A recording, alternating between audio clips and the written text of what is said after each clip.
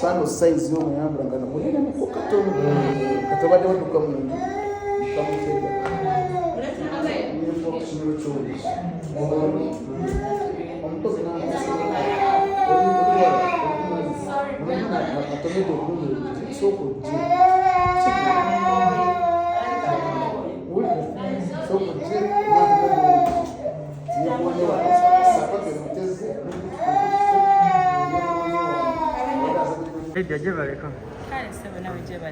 Wala bibetaaga okumanya embeera y'omwana w'omusanze embeera gy'alimu.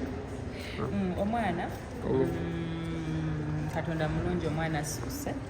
I think okusinziira bwe yabadde, I think like 2 days ago batugambeko nti yabaddeko oxygen. Naye nze musanze ali off oxygen nga n'ebiwundu bitandise okukala. She can eat, she can talk. Batugambye asobola n'okuzannyako. So she's promising. Katonda mulungi. Okay, abazadde bakubuliddemu engeri ekintu ekyo gye kyatuuseewo. Banbuliddeko kyatuukawo nga 26 bwe taata omwana bw'agamba. Because atulaze nti Christmas yali ne muwala we yali waka. So 26 ndooza lwe yali tali waka, lwekyaliwo ekiro. Ne batunonyola nti omukyala neighbor yakwata video ennyumba agambye nti eri waggulu, so yateekayo bw'ati essimu ng'atalaba kiri wansi, naye ng'awulira nti omwana bakola ki bamucunya. Kati kwe kugamba bbaawe, kati bbaawe during the whole process ndabye abantu bagamba lwaki yakwata video n'atayamba biki, bambi omukyala yagenda n'agamba bbaawe najja n'ayiteera ennyumba ntipanvuko ate nnene. So omwami yali eri manju bayita bata mu maaso gye bayingirira ng'amenya buti kuyingira emiryango nga omukyala ali eno ku saidi y'ekinaabiro akola ki arecordinga. So ndooza incident bwekyo bweri. For clarity, I think the neighbor did a good job. Otherwise tetwanditegedde, tetwandirabye embeera eyaliwo. Ate n'omwami w'omukyala bambi n'agenda n'alwana n'amenya n'ayingira ne bataasa omwana. Mukama mulungi, kyamusa mulungi, basanga omwana akyali tali kwegamba nga tannaba okitegeera. I can't even mention. So okay, incidences bwezityo ziri nnyo mu ggwanga ensangi zino.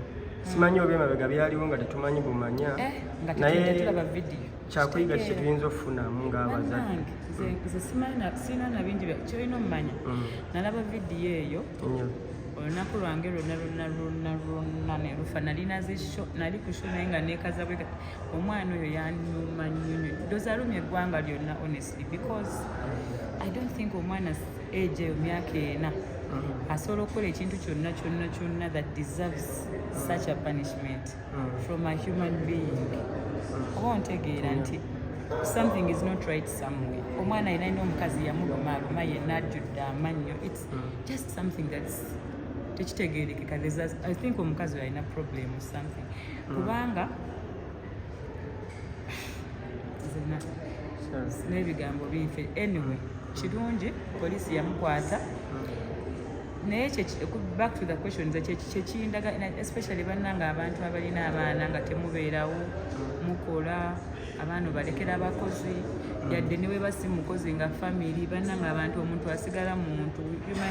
Human beings make sure oba cameras oba ngambe ki, watch out for your children. Bannanga omwana mutuuze. How often do you communicate with your kids? Mwana mubuuze. Kati omwana ngoyo ayogera relationship yo n'omwana ng'asobola okugamba ekintu ng'ekyo. Abaana abamu baba batiisatiisa batya okwogera, abamu tebali open with their, close with their parents. Okitegeera nze ndowooza just oba besides okusaba Katonda yekka kubanga bannange yembeera sotuuka ku buli muntu yenna ne bwoba okuzuta naye tumakinga sure twongeramu nnyo ku maanyi ebintu ebyo nga install a camera if you can't afford a camera in the house relationships ne banneighbor kuba kati neighbor yeyakoze ki yataasisa obulamu bw'omwana senga osanga senga yetagolagana na mukyalo agamba kubanze twalaba vidiyo wano erala gye n'abajuzi akaana kaali kabebi kano mukazi ke yalinnya kuba kaali Nigeria omwana yafa naye ng'oli yafilminga n'amuleka ne bamutta ne bamutta ng'alaba kwegamba bannange n'olusukulutiko olwo tusabe Katonda kefe abatannaza tetuli omwana neraba ng'omwana owange negamba bannenze nsobola okutta omuntu ku mwana bannange omwana nze simanyi nakumanya tusabe Katonda tusabire abaana baffe naye tufeeyo nnyo eri abaana baffe omwana wo okukola ku ssente tekusingira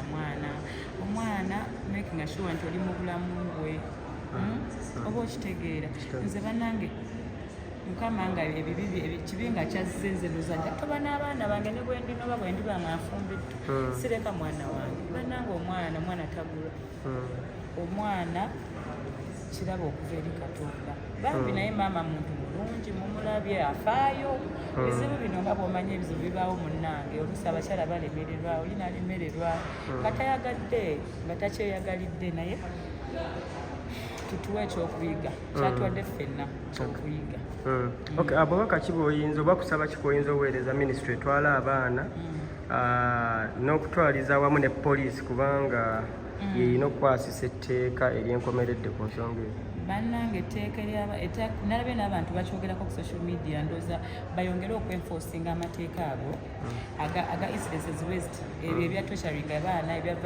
neweba violence banaye eri abatya naye amateeka g'abaana nze ndooza tisiga amaanyi nnyo ggwanga lyaffe bayongere okugenforcinga n'okugateeka mu action gabeere nga gakola kati omukyala ngaoyo bagenda musiba abeereyo yeebaka ate yeebake okitegeera amale bamuti oba mwako baki beetaaga severe punishments extremely severe punishments because if you look at that video yabadde so severe yabadde extremely inhuman like it was so terrible kyetaaga n'abo abantu abakoze ebyo ebintu bawe bigger punishments kusinzira ku musango gw'abakoze so that abalala nabo bayiga because amateeka tegakola abakyala babikola bino ebintu buli lunaku tebigenda kuggwaawo abaana babasse waliwo ne betutalaba bangi mukama atuyambye no vidiyo nevaayo naye kati imagine abali mu ebyo ebintu bekitamanya nako nga tebalina namasente yes so I think the government but we thank the police